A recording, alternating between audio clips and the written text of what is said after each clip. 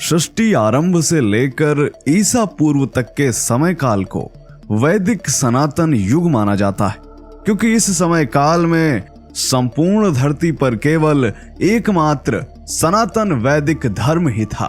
संपूर्ण धरती के मनुष्य वैदिक जीवन शैली अपनाए हुए थे।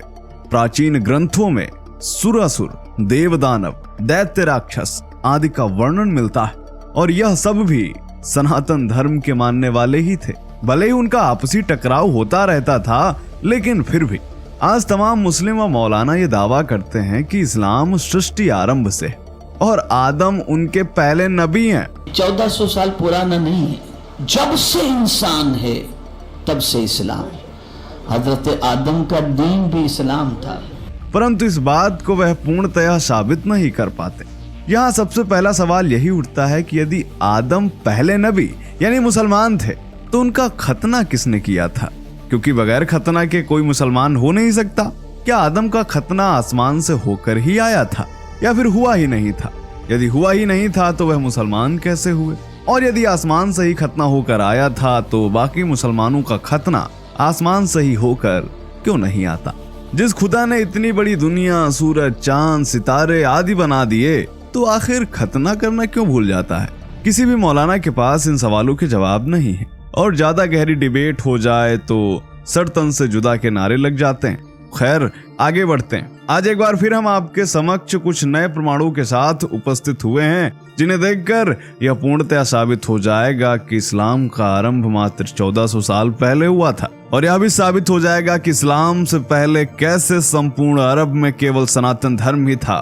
उन प्रमाणों के बारे में बात करने वाले हैं आज आपसे, जिनके बारे में आज से पहले आपने ना तो सुना होगा और ना ही देखा होगा। ये प्रमाण ऐसे हैं जिन्हें देखकर आप भी हिल जाएंगे और उन लोगों के भी पसीने छूट जाएंगे जो ये कहते हैं कि इस्लाम सृष्टि के आरंभ से है।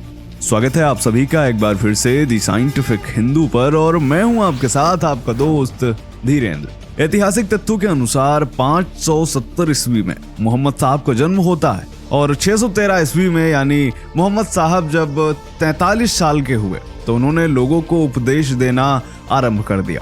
ऐतिहासिक दस्तावेजों में यहीं से इस्लाम की शुरुआत मानी जाती है।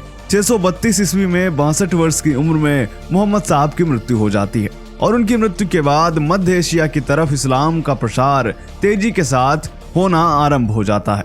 दोस्तों, इस्लाम से पूर्व मक्का में मोहम्मद साहब के एक पूर्वज थे जिनका नाम था कुसा बिन कलाब। उन्होंने एक लोकतांत्रिक सरकार की स्थापना की थी। उन्होंने सरकार के विभिन्न कार्यों को कुरैशियों के विभिन्न कुलों में विभाजित कर दिया था।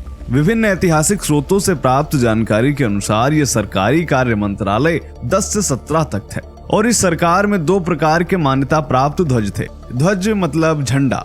पहला अल लवाए यानी युद्ध का ध्वज और दूसरा अल उकाब यानी राष्ट्रीय ध्वज। क्योंकि इस्लाम के प्रारंभिक दौर में अरब का बहुत सा इतिहास मिटा दिया गया, इस कारण कुरैशियों के युद्ध ध्वज अल लवाए का तो कोई चित्र इतिहास में उपलब्ध नहीं है, परंतु राष्ट्रीय ध्वज अल उकाब का चित्र इतिहास में अभी भी उपलब्ध है।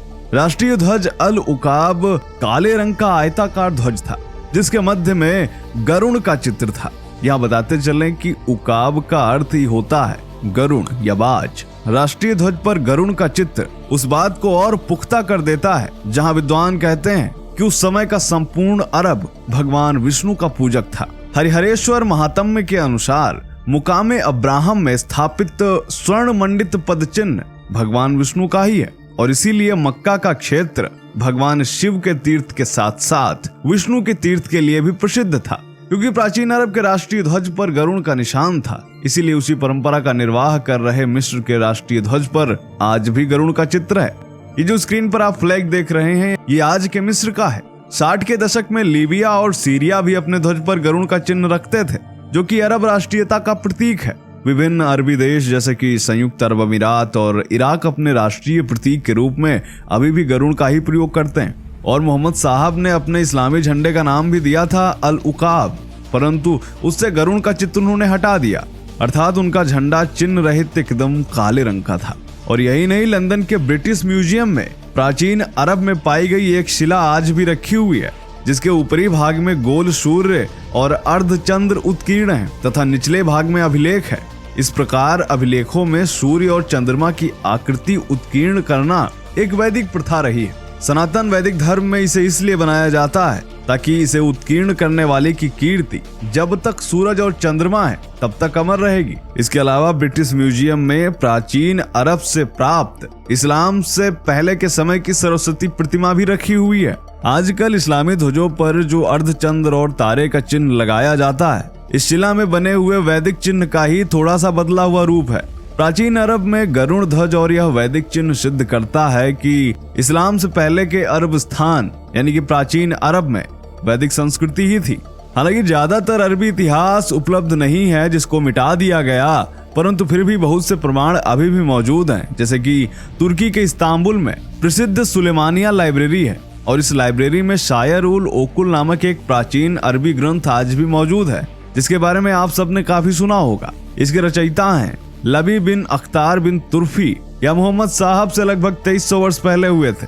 इस ग्रंथ में उन्होंने भारत भूमि और वेदों की काव्य में प्रशंसा की है। स्क्रीन पर दिख रही कविता शायर उल ओकुल का ही अंश है, जिसका अर्थ है, हे हिंद की भूमि तू धन्य है क्योंकि ईश्वर ने अपने ज्ञान के लिए तुझे चुना। वह ईश्वर का ज्ञान प्रकाश जो 4 प्रकाश स्तंभ हो सदृश संपूर्ण जगत को प्रकाशित करता है। यह प्रकाश भारतवर्ष में ऋषियों द्वारा 4 रूप में प्रकट हुआ। परमात्मा समस्त संसार के मनुष्यों को आज्ञा देता है कि वेद जो मेरे ज्ञान है इनके अनुसार आचरण करो। विज्ञान के भंडार साम और यजुर हैं जो ईश्वर ने प्रदान किए हैं। इसीलिए मेरे भाइयों इनको मानो क्योंकि ये हमें मोक्ष का मार्ग बताते हैं और इनमें से ऋक और अथर्व भ्रातत्व की शिक्षा देते हैं।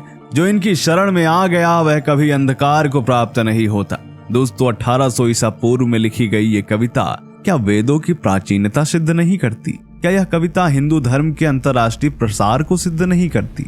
और यही नहीं, इस्लामिक दस्तावेजों में भी यह जिक्र है कि इस्लाम से पहले मक्का क्षेत्र में 360 देवी देवताओं की मूर्तियां हुआ करती थी और वहां के लोग इनकी पूजा किया करते थे।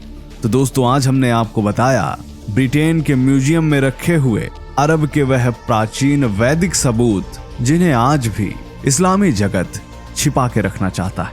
कैसा लगा यह वीडियो कमेंट करके जरूर बताएं। मिलते हैं आपसे अगले वीडियो में, तब तक के लिए जय हिंद, जय भारत, वंदे मातरम।